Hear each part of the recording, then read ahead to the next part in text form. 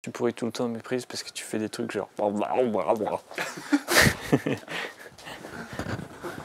Si, c'est vrai. Allez, va faire un tour. Tu vois, regarde, il fait ça tout le temps.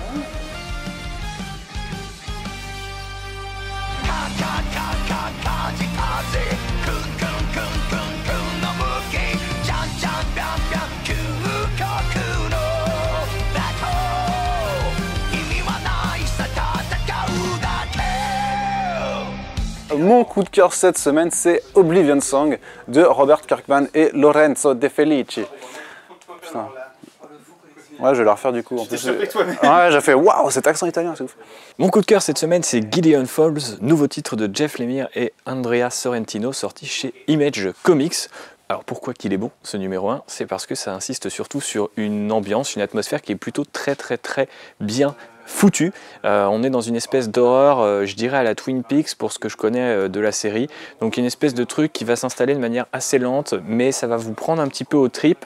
Ça fait pas tellement peur, mais on sent vraiment qu'il y a une inertie qui se crée au fil des pages, notamment grâce au travail d'Andrea Sorrentino qui fait des compositions assez surréalistes qui sont vraiment très appréciables. Le travail des couleurs de Dave Stewart est aussi hyper bien là-dedans parce que ça exacerbe un petit peu cette ambiance pesante qui va se développer au fur et à mesure des pages. Et comme toujours chez Jeff Lemire, on a des personnages qui sont assez complexes et auxquels on s'attache tout de suite. C'est généralement le cas sur ses premiers numéros où il va vraiment jouer sur des archétypes et puis commencer un petit peu à twister certaines choses. Donc là, on va avoir une sorte de... non, pas une sorte, un pasteur qui va arriver dans une petite ville des États-Unis et on a un personnage qui a des troubles du comportement. En fait, il ramasse des choses qui traînent par terre et on ne sait pas trop pourquoi.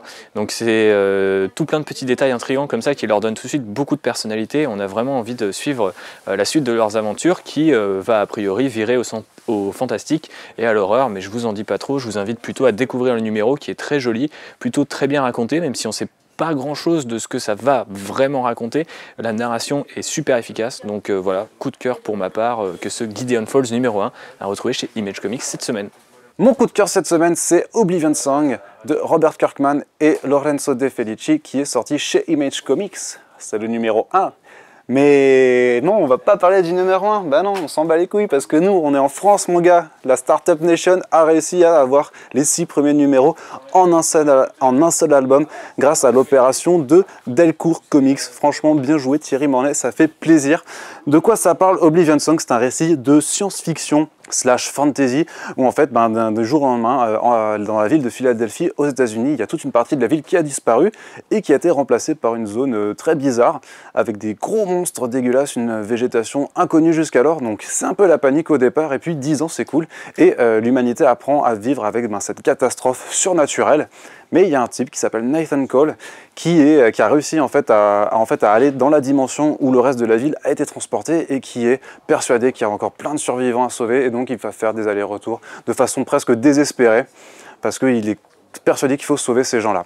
Donc ça c'est vraiment le pitch de départ et c'est une histoire qui est ultra prenante parce que Robert Kirkman, comme il le fait souvent dans ses travaux, vraiment va du côté humain de ces personnages et donc on va apprendre pourquoi Nathan veut tellement aller dans cette dimension parallèle qui est donc l'Oblivion et pourquoi il tient à vouloir y retourner, mais en même temps on voit aussi comment l'humanité apprend à vivre avec cette catastrophe. Donc il y a ceux qui sont restés sur place, qui doivent refaire leur vie en pensant que leurs proches ont disparu ou pire sont morts. Il y a ceux qui reviennent de l'Oblivion, qui sont donc complètement traumatisés et qui doivent réapprendre à s'habituer à avoir une vie normale entre guillemets. Puis il y a aussi ceux qui sont restés pendant tellement longtemps, qui se sont habitués à vivre dans l'autre réalité et qui n'ont pas forcément envie de revenir.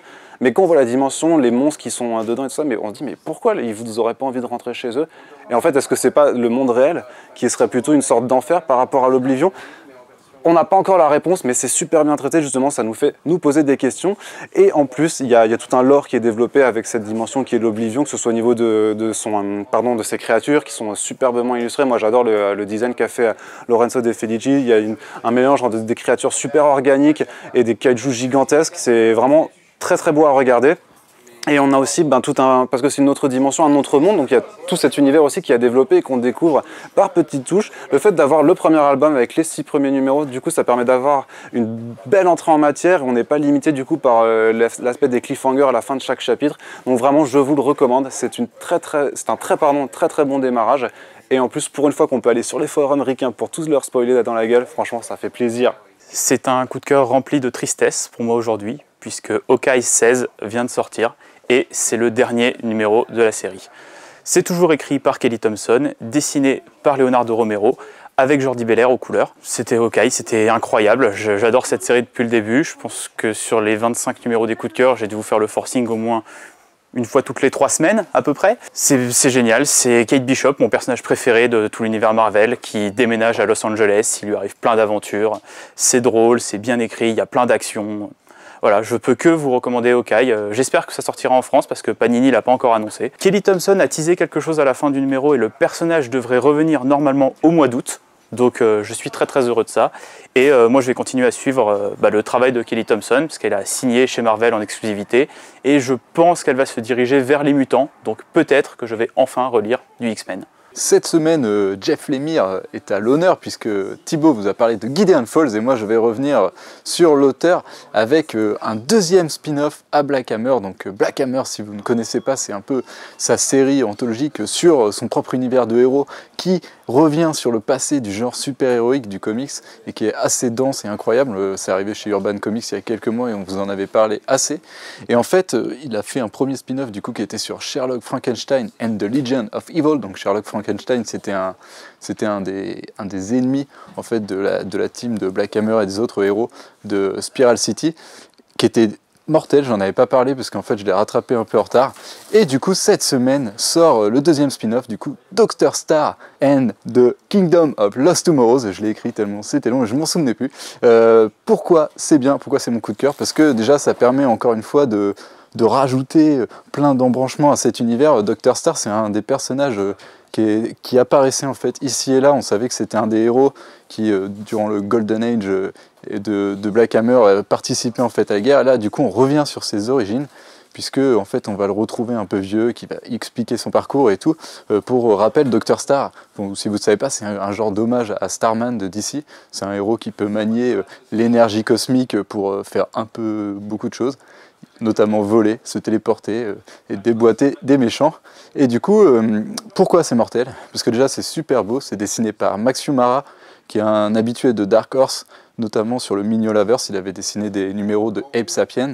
On découvre ce personnage qui était vraiment mis à part et on a encore une fois, c'est super prenant. Jeff Lemire est un scénariste de grande qualité. Je pense que c'est pas nécessaire de le rapporter encore une fois, mais c'est vrai que là, du coup, on découvre ce personnage qui s'appelle Jimmy Robinson, en hommage à James Robinson. Décidément, il n'y a que des hommages partout.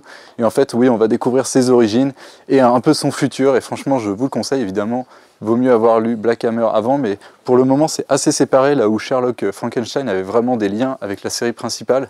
Pour le moment, c'est un peu plus diffus, mais je vous le conseille, Black Hammer, un univers dans lequel il vaut mieux se jeter maintenant, puisqu'il est en train de se construire. Je vous dis, c'est double pouce vert, même un pouce bleu-marron, et je sais pas. Ah, l'humour! Tu veux refaire une fin ou on s'arrête sur le pouce bleu-marron? Non, c'est un pouce bleu-marron. Ok. Tu peux le laisser. Ah, l'humour!